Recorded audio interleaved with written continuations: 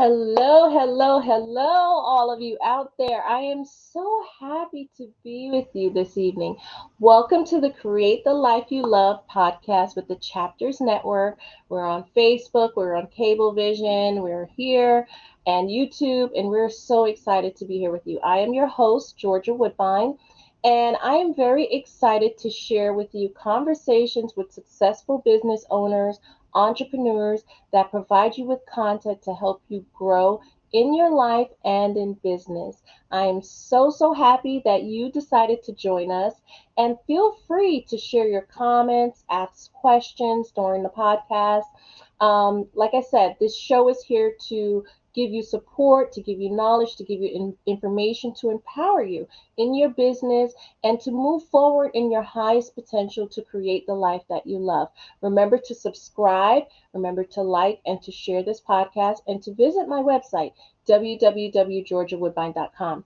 We would like to welcome our wonderful guest, Sarah Boxx. And Sarah Boxx is a CEO and founder of Sarah Boxx LLC. She provides organizational growth and development consulting services for nonprofit organizations and coaches, and for she motivates professionals to carry out big goals that are effective. And she's also a best-selling author and a change maker for the Ripple Effect.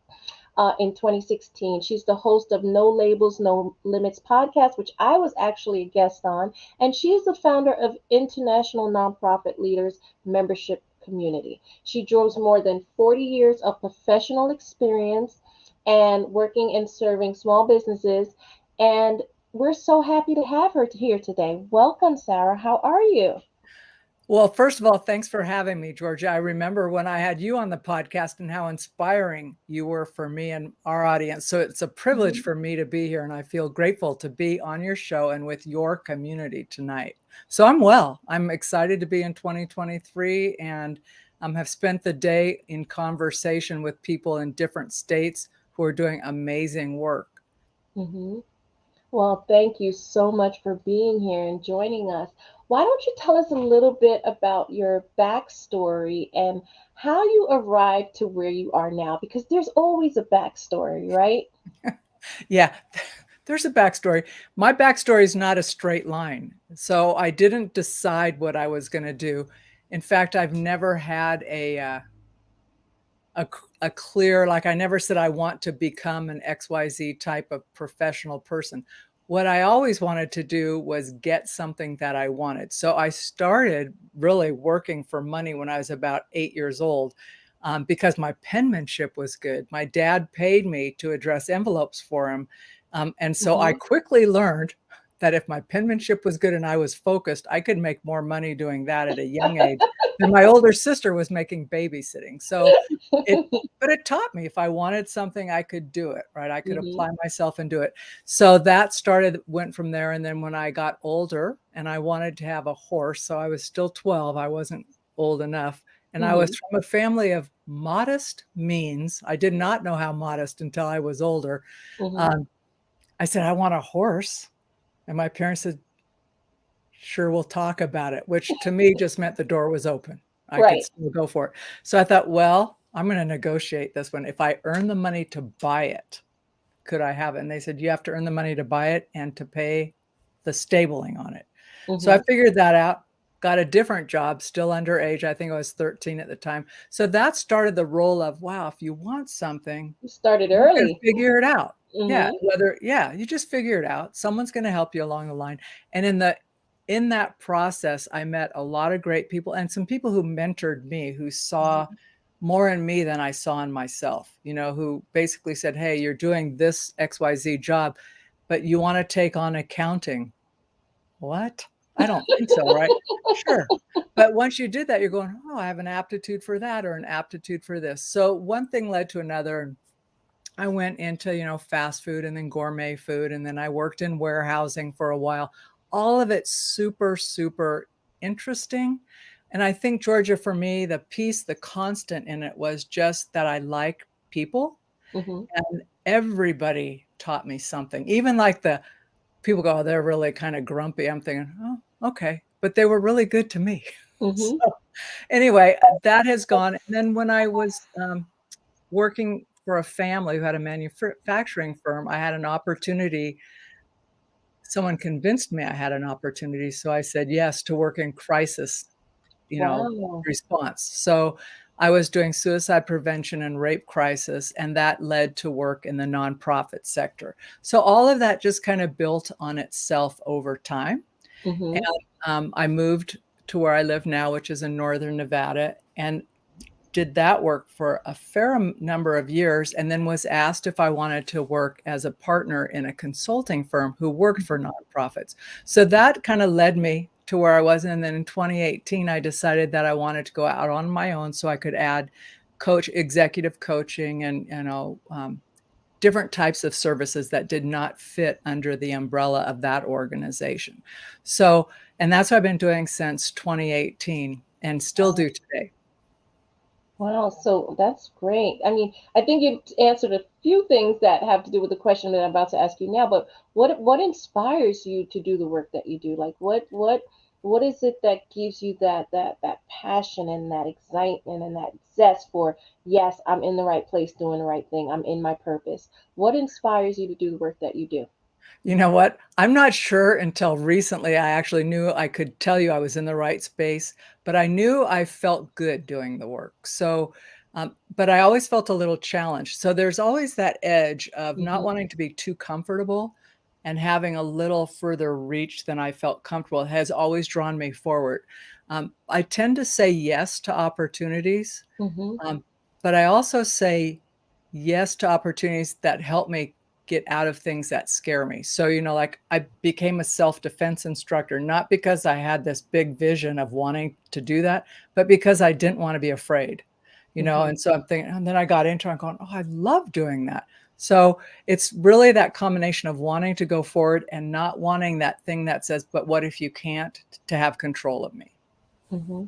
Well, I like what you said. You said, I say yes to opportunity. And I think sometimes as human beings, we tend to create invisible lids, as I call it, that invisible lid of fear of failing, or that invisible lid of fear of what people are going to think about you, or, so the magic is really created in the actions that you take and the actions that you launch. And the recipe for success in anything personally and professionally is really about changing your mindset. And like you said, saying yes, being Yeah. open to something different, being open to change. And even if you don't know, but being open and embracing another path at any age. You know what I mean? I think people are afraid of starting a new career when they get to a certain age because they feel they're too old, but it's never too late to start over. It's never too late to start something new.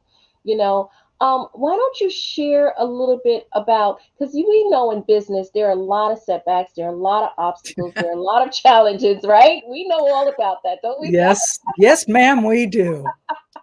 Why don't you, is there, can you share like one piece of advice with someone that's really looking to start a new career? Because we know that with the pandemic, there's been like a total shift in people's thinking and the way that they look at things.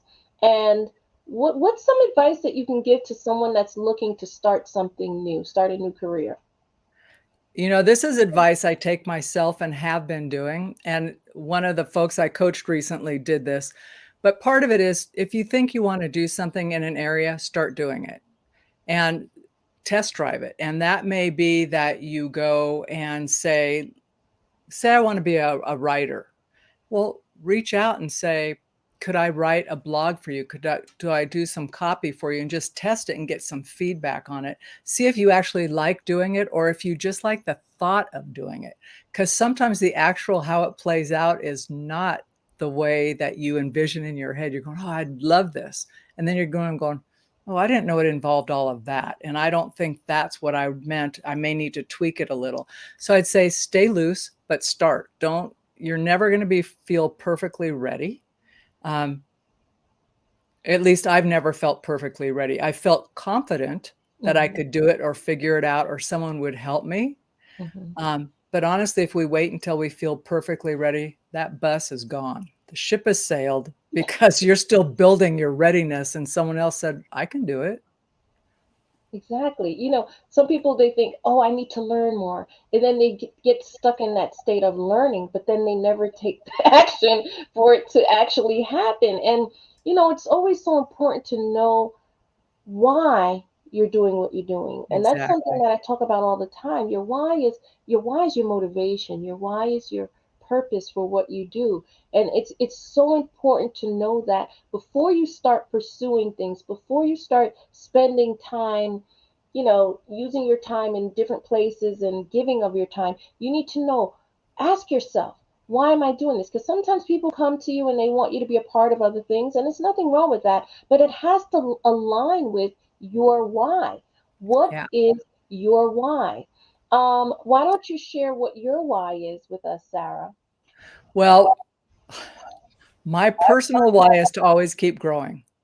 Um, so the minute I feel like there's nothing new that I can do or try and I feel boxed in, that's my why, or it's a clue that I need to be looking around, not necessarily even to change big things, but to go, what can I do to enliven my own life? Right.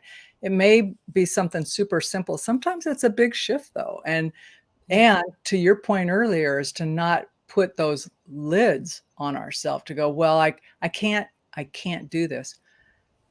Says who? That's my other, it's like, says who? Right, Says you? And if you're the one saying it, how do you know you can't? You right, know? right. So we can really box ourselves in, no pun intended, but Hmm. we can limit what's possible just because we're nervous. But I do think my why is that sense of kind of daily doing something that I know matters to me and to others. I love that sense of like having a conversation with someone, whether I'm working with them or not, and just knowing that we both walked away feeling better. Hmm. And I think that especially now with the shift, right?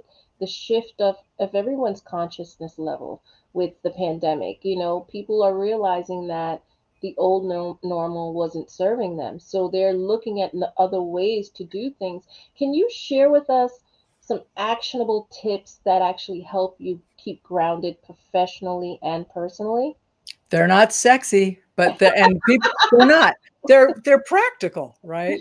Um, And there are things that aren't gonna surprise your listeners, right? So I think self-talk and self-awareness is something that are super important. So I have always, I mean, I've got some decades on folks here. So I have always been super curious about why do we think certain ways? What Mhm, language do we use? How do we talk internally? And so which ties to my second thing. So first of all, being self-aware of the story I'm telling myself. mhm, So it's like when you say, I want to do this, the minute you hear that but in your head, be aware of it. And then just set it aside, but be aware and of what you're saying to yourself and own it. Own your own story. Um, in order to do that, the other tip is you got to slow down. You can't be on somebody else's clock. Like you were saying, George, if someone could offer you something and it sounds great to do it, right? And you're thinking, but why am I doing that? Why am I getting up to do this for you when it does not fit anywhere in my kind of like arc of my life, in my family, or whatever my priorities are? So being self-aware is one, but you have to slow down enough. And for me, because my mind is always going. It's kind of one of those, I could tell you what I'd love to be doing tomorrow or in the next 10 minutes, but that means sitting in silence, whether it's formal meditation or just a few minutes breathing, um, and then slowing down enough to go pay attention to like what's going on. Are my shoulders like this? Because I can tell you when they are. My neck is tight. But then also like, how much have I even been smiling today? mhm. Slow down, smile, have some gratitude. Even when things aren't going your way, go, whoa, let's take a step back. But that, and then the last thing for me is being in and connecting with nature. And I try every day at a minimum to get out and do the shortest is a 1.25 mile loop. Mhm. Honestly, we've had some crummy weather here, so I've had to really psych up to get out there. But when I'm in nature, it just shifts things. You can't look up at the sky and see so much grandeur and creativity of the universe or of the humans who've created buildings if you're living in a city. I mean, just all of that, and not be able to go, whoa, things are bigger than me. Let's have some appreciation of that, what's going on, and just the ability to breathe, honestly. So that self-awareness, slowing down and connecting to nature every day, moving in nature, um, are three essential things for me. That's so powerful. One of the things for me that really helps me to get on that path to really being self aware is visualization. Uh-huh. And, I totally believe in visualization because it's worked for me so many years. And this is because a person's belief produces their own chemistry that brings out what they expect to happen. So when you visualize regularly, it helps you to focus on what you want. It helps you to feel empowered, to feel good. And it carries power, It does. visualization. So, and it works with your brain chemistry to actually connect with the things that you want to manifest. So, visualization for me has been so powerful. I started visualizing and I started meditating maybe about 17 years ago, and it's totally shifted my life. And like you said, it's important to have that me time. It's important to slow down. It's important to take time to rejuvenate your thoughts because think about it, we have so much negativity that's coming at us every single day, so many hours of the day. You have to have that time to self reflect. You have to have that time to slow down your brain and to really focus on things that's going to bring you joy and happiness because of the negativity that's around you. It's everywhere, It right? is. It's Well, and everywhere. setting an intention, right? My intention is to X whatever it is, right? But it's setting that in the morning and just thinking, that's my intention for today. Focus on it. Absolutely. It's so important and so important. Can you, we're going to piggyback on, can you define like what success means to you? Because I know to many people, success means different things. But what does success, true, not even just success, true success, what does true success mean to you? I would tell you that today my answer is different than it might have been 5 years or 10 years ago.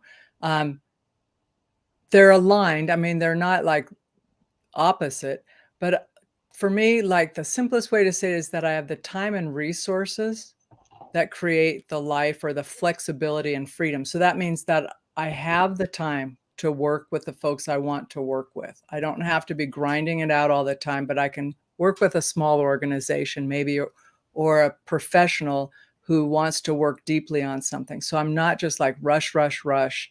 Um, Living without an alarm clock is super important. Like I trust my body. I wake up when I need to, which went to the whole like, why am I living on someone else's schedule? And I work hard when I work, but also when I'm done, I'm done.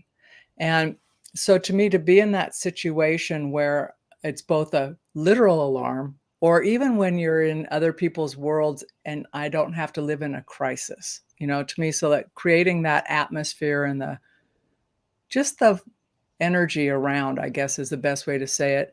And then also knowing that every day I have made a significant difference, no matter how small, in at least one person's life. And I reflect on that at the end of the day of like, okay, who did I talk to today or interact with today? Did I help brighten their day at all? You know, um, it happens, if we take time, you'd be surprised how many people you interact with that they're going, "Oh, that was so great to talk to you." Because I think about it with people I talk to. And then also like, is the degree that I'm laughing going up? Because that's really a success. If I'm not laughing, then I must be way too serious. Exactly. Exactly. To attain true success is really about fully understanding what matters most in your life. Mhm. And oftentimes people think that success brings happiness, but true happiness is really about feeling good. It's an immersive feeling that, you feel good inside about who you are, what you're doing. It's not just about riches and wealth. It's a state of mind. It's really a state of mind. That's what success is about.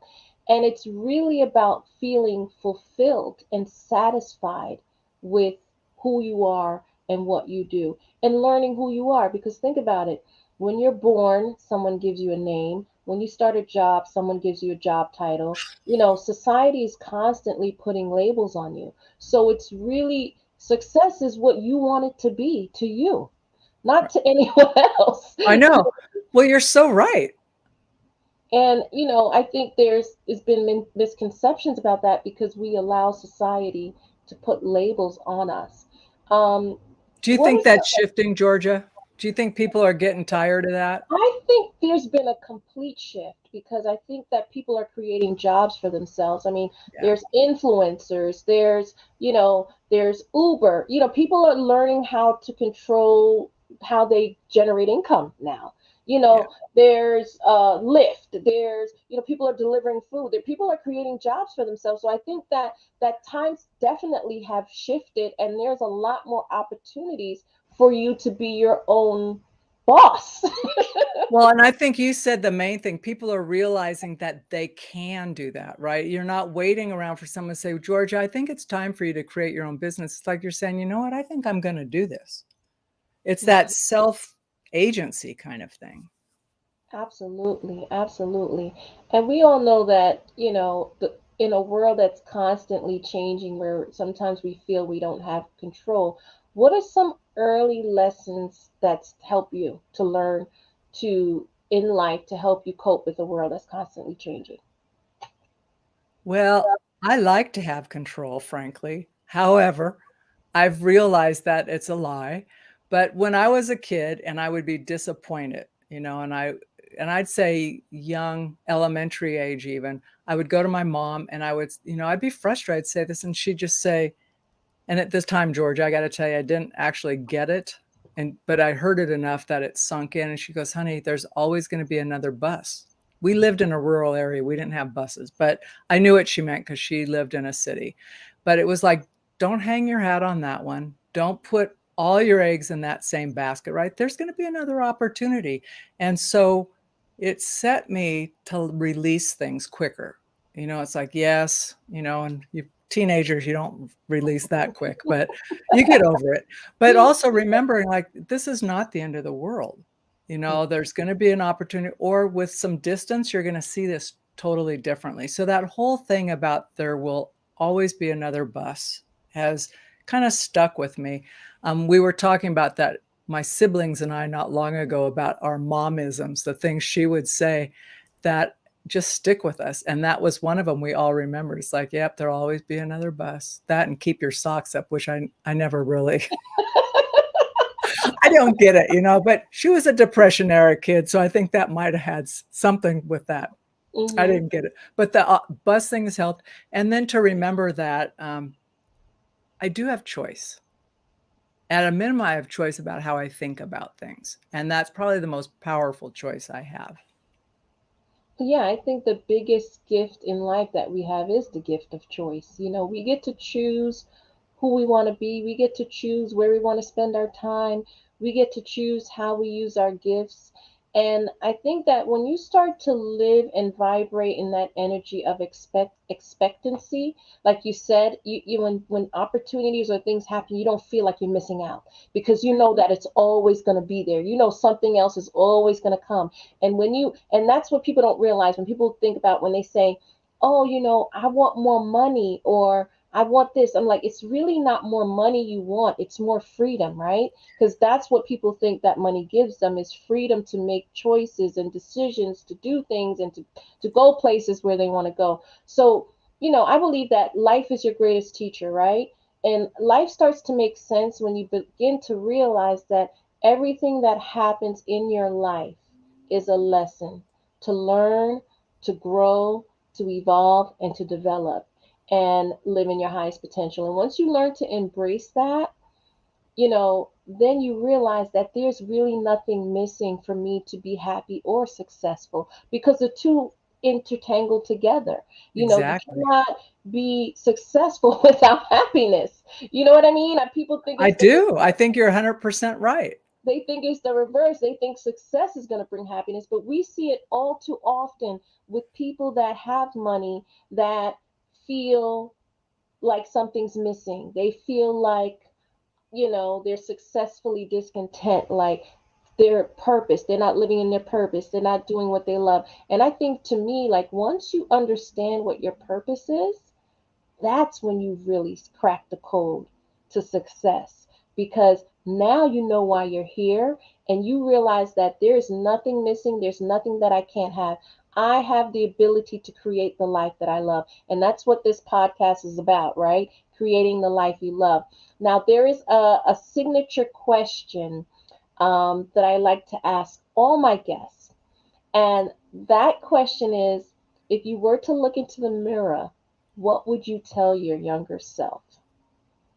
Well, actually, when I was younger, like probably up until I was 16, maybe 15, I actually think looking back, I had my stuff together. I mean, I knew here. I was connected here.